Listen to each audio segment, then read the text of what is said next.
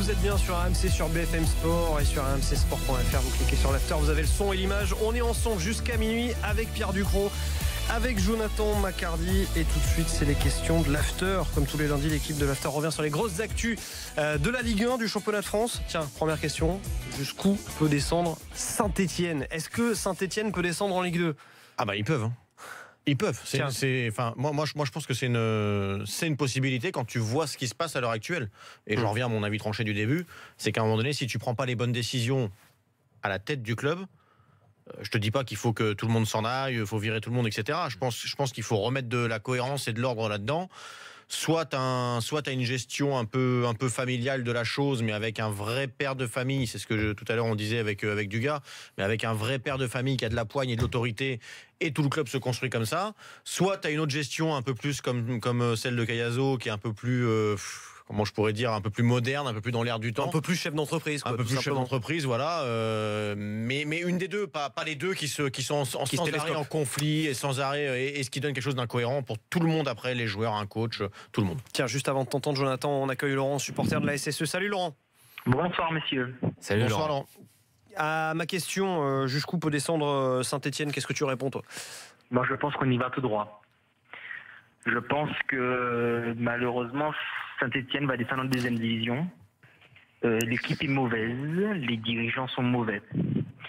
L'après-Galtier m'inquiétait, parce que ce qui m'inquiétait sur l'après-Galtier, c'est que ce soit Galtier qui s'en aille. Je n'ai jamais été fan de cet entraîneur, mais on a toujours été dans l'attente de son départ en fait. Ça ne venait pas de nos dirigeants.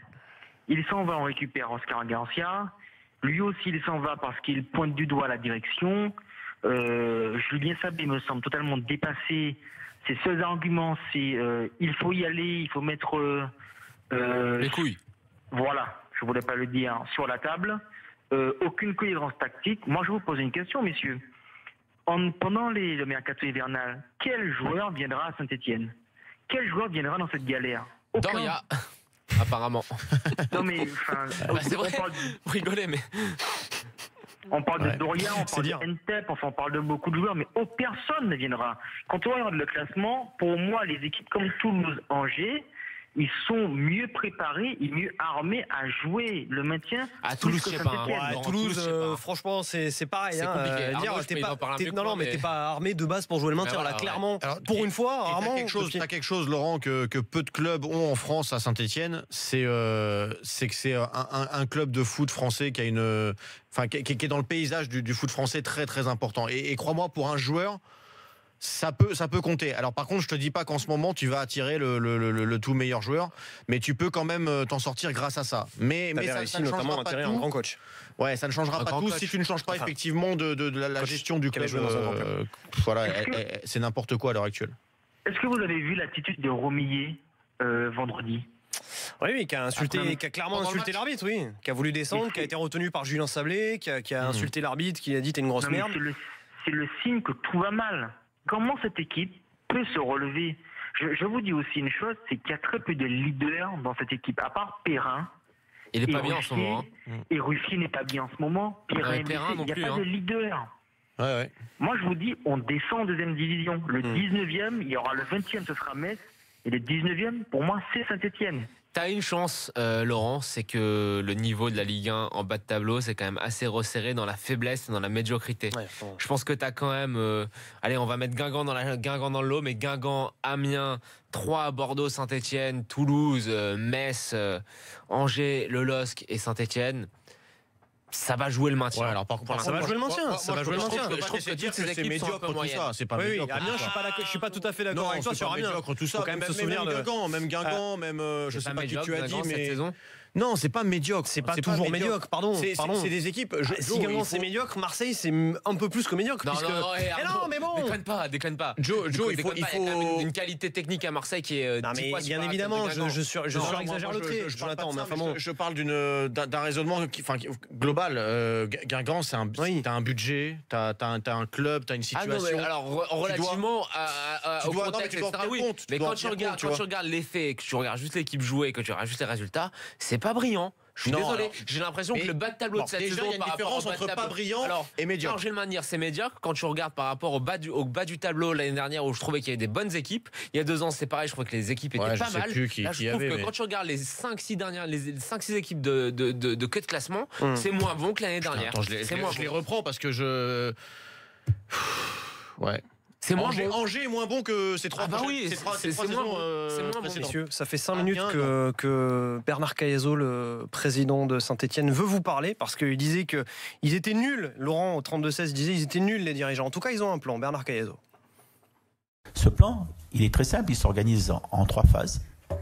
Première phase, avoir un mercato de renfort cohérent qui permette de sérieusement améliorer l'équipe.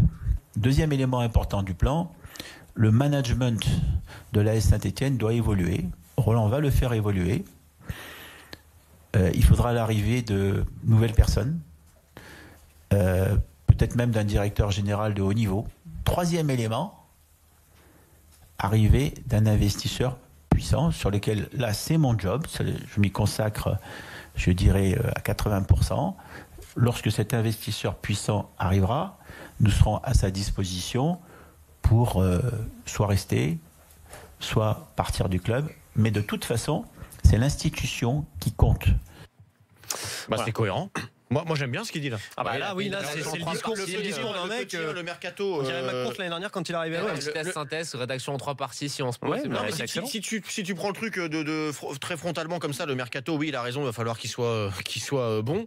Le management qui doit évoluer avec quelqu'un qui va arriver, un directeur général puissant, etc. Comme il le décrit, bah oui, pourquoi pas, mais ça veut dire qu'il va falloir que tu fasses sauter les gens qui sont en place, comme par exemple Rocheteau, sauf si tu veux garder Rocheteau en directeur sportif, comme Ventier, comme tout ça. Donc ça, c'est des décisions fortes à prendre. C'est pas juste pendant le mercato qu'il va falloir les prendre, c'est dès maintenant. Et puis l'investisseur puissant, ça se trouve pas comme ça non plus, même si Saint-Etienne est un club qui fera sûrement rêver certains investisseurs, parce que tu as un public, parce que tu as une histoire, parce que c'est un vrai club de foot. Il n'est pas exclu, selon nos informations, que les investisseurs en question soient des investisseurs chinois. On n'en sait pas plus. Ouais, bah de manière. On n'en sait pas plus, mais ça n'est pas ou chinois, ou des pays du Golfe. En général, voilà, il n'y a pas 36. Allez, on referme ce débat sur Saint-Etienne dans un instant. Les avis tranchés de nos drôles de dames. Philippe Auclair, Simone Rovera, David Lorto. Et évidemment, Fred Hermel seront là pour nous parler. Allez, pêle-mêle, j'ai Cristiano Ronaldo. On va parler de Manchester City. On va parler du coach également de la Juventus Turin. Que des belles selon Simone Rovera est tout simplement le meilleur entraîneur italien. Et pas seulement de Serie A, allez. Du monde. Voilà. Meilleur entraîneur italien du monde. Meilleur entraîneur italien du monde. Mieux que Claudio Ranieri, t'imagines? De Griezmann. Je suis pas sûr que l'on parle de Griezmann sous l'angle sur lequel tu voudrais qu'on en parle. Je pense pas même. Ton jeu, c'est allez, 22h57, l'acteur continue dans un instant sur RMC BFM Sport.